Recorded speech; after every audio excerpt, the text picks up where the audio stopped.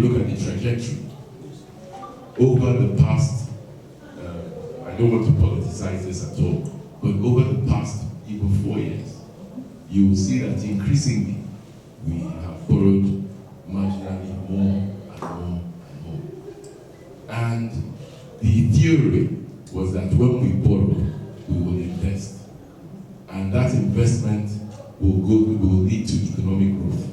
And that economic growth will now mean that the borrowing as a percentage of GDP will shrink.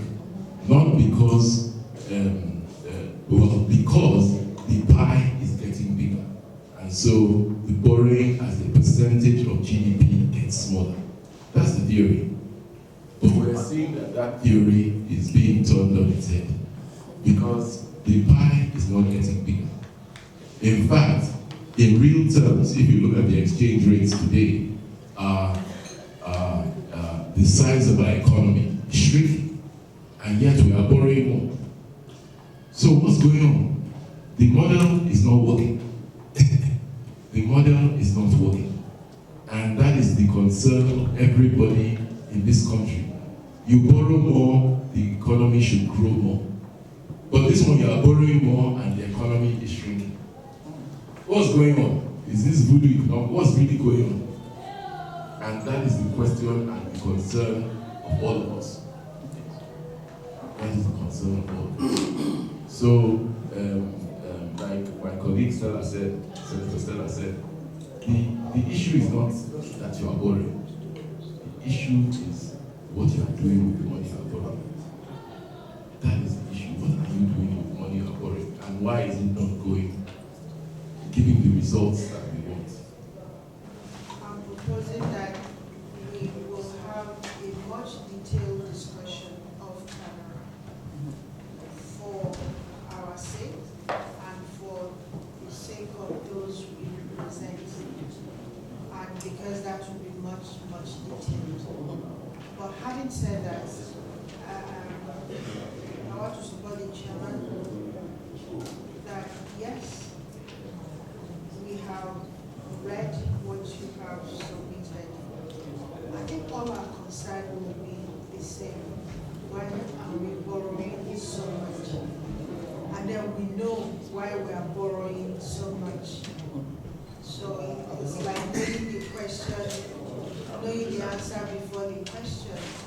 But what led to all that and how we can minimize the borrowing is also what is of interest to us.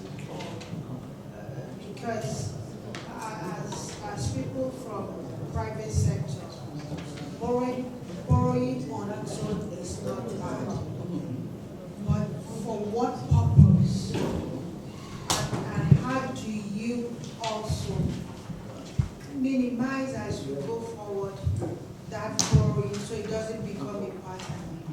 And how are those borrowings going to be optimally maximized for the benefits of those for whom it is being borrowed for? That's all our concern.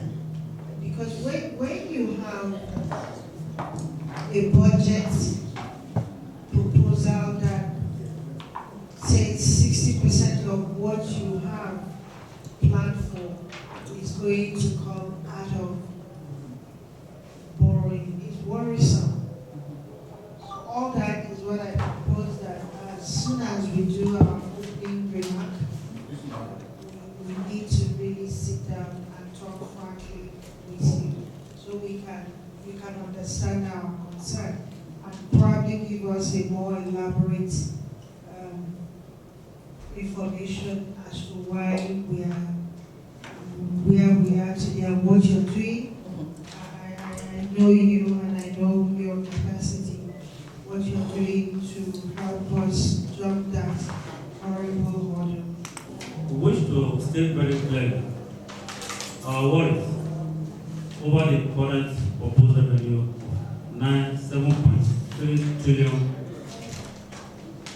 and expenditure of 20.51 trillion presented in 2023 budget, which results in a 10.78 trillion fiscal deficit representing 4.78 of GDP. It It is therefore obvious that there is no deliberate effort by the federal government to abide by the spirit of Section 12 of the Fiscal Accountability Act 2007, which is to ensure a prudent management of the nation's resources. The fact that expenditure in the medium term keeps outpacing revenue, and the budget deficit exceeding the 3% threshold estimated GDP, is an indication that this government has no culture of fiscal discipline recommended by the Fiscal Accountability Act. I do not think that the public service debt is still sustainable, considering the current debt profile of the country, about 2.8 trillion naira, and debt servicing body of subsisting national debt. In fact, with the current debt servicing to revenue ratio of over 80%, and the IMF prediction it might get to 92% by the end of 2022, there is no need to continue to deceive ourselves that we are safe to borrow. The current debt to GDP ratio that your ministry and DMOs used to excuse for country-high borrowing is no longer feasible due to the many revolution for the country. Very soon, the entire revenue will now be used to service our debt. I usually like to start by saying borrowing is a collective responsibility between the executive and the legislature, because all those borrowings go through here. So in terms of why is borrowing going up, is a function of the two arms of government. It comes through the budget proposal like you have now. You are seeing it, that it is there. We're supposed to raise over $8 trillion in borrowing. So it is very clear it is coming from there. That is the approval process for new borrowing. It comes that way. So I'm talking of why is the debt growing, it's collective. It comes in the form of promissory notes, because those promissory notes, once we issue them, are part of the debt stock. That still passes through the National Assembly, so we can have a common understanding.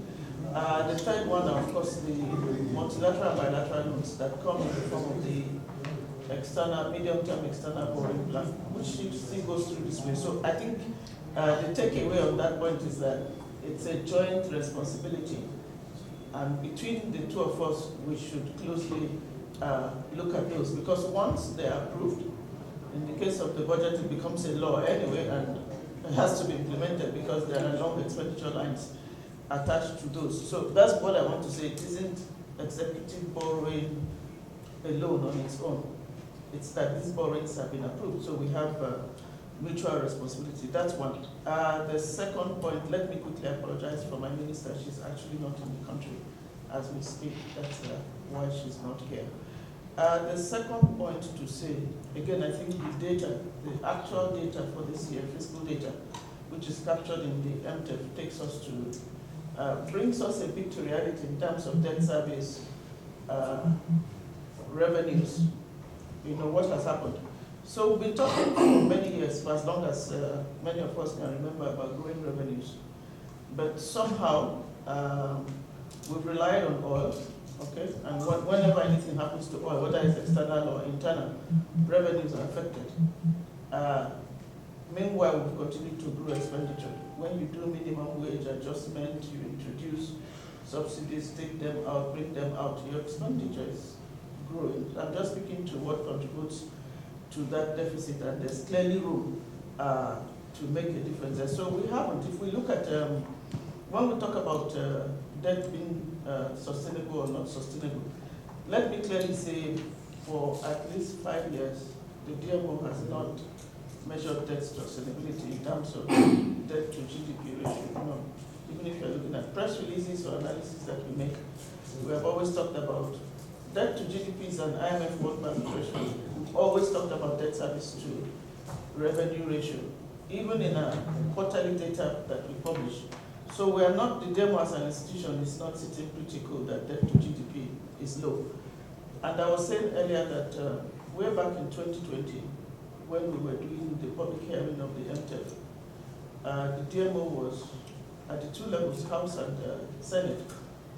With the Senate, we were invited to actually make a submission And my written submission, which I read out, clearly said if we don't grow revenues in the medium term, debt sustainability will be a challenge. That was public and was reported in the paper. So we haven't, it's not for lack of sensitizing stakeholders about the need to look at revenue, but somehow borrowing has been the key feature in the budget. So I think we need to, sit back and say why don't we shift the focus, like I said, to sustaining ourselves through a mixture of revenue and borrowing, more the revenue side, and growing revenues rather than more of borrowing, because that's where we are in terms of the budget. So the GMO has been very upfront on that. There are efforts to grow revenue, but that hasn't really resulted in the huge leaps you need, because as you grow your debt in large amounts, revenue has to grow at an even faster pace, otherwise all will be consumed. So what we've seen from January to April, January to July, and now to August, is a fallout of all of this. It's really like simple math. So we really should be looking at what hasn't happened. If you look at crude oil, without doing any work, no effort, just produce what you have put in the budget. The oil price is already there. Your deficit would have been less. But we produced 1.32 for January to April, instead of 1.32 million barrels per day, about that, or 1.41, instead of the 1.88 in the budget. So you're actually short in revenues. You didn't need to do anything. Oil prices were high, demand was strong. We know the reasons, Russia, Ukraine. So there are macro issues that we need to address.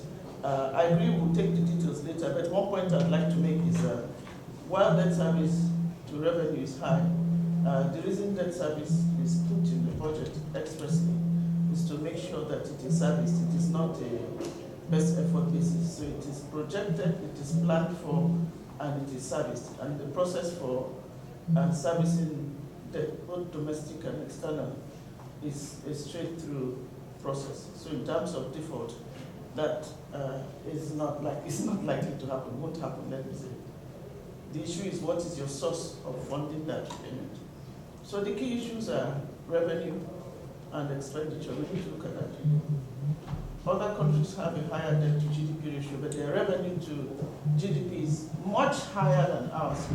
And it's part of the presentation we'll make when we have that workshop. So that's what the workshop is about. It's not theory. It's just looking at Nigeria's public debt, the issues, why Nigerians are concerned about it, and what we need to do collectively. The session. So when you're talking about ministries, loans approved for them, it will be those multilateral and bilateral, the World Bank, African Development Bank. We had a session, was it this year or last year in Lagos, where we tried to look at why the delay. And the process was put in place to automate it, to make it faster. So World Bank has approved. There's what is called readiness and then effectiveness. For any loan, there are conditions you have to meet before they disburse. So we have a challenge with that as MDAs and as a country, yes. So that session, that meeting was about that. You did say that the borrowing is not for the executive alone, that the borrowing is both the executive and the legislators. I want to say that we are not part of this borrowing. The executive brings a proposal, and they try to explain, to convince the legislators to approve for them to borrow. And then when they borrow, they go there to spend. Some of us, because they say majority always have their way, the minority will have them. Some of us are proposing this borrowing from day one till today. But that does not mean that the legislator will not approve if the explanation is okay. But I don't agree with you when you say the borrowing is not for executive alone. Borrowing, the executive and the legislature will be borrowing.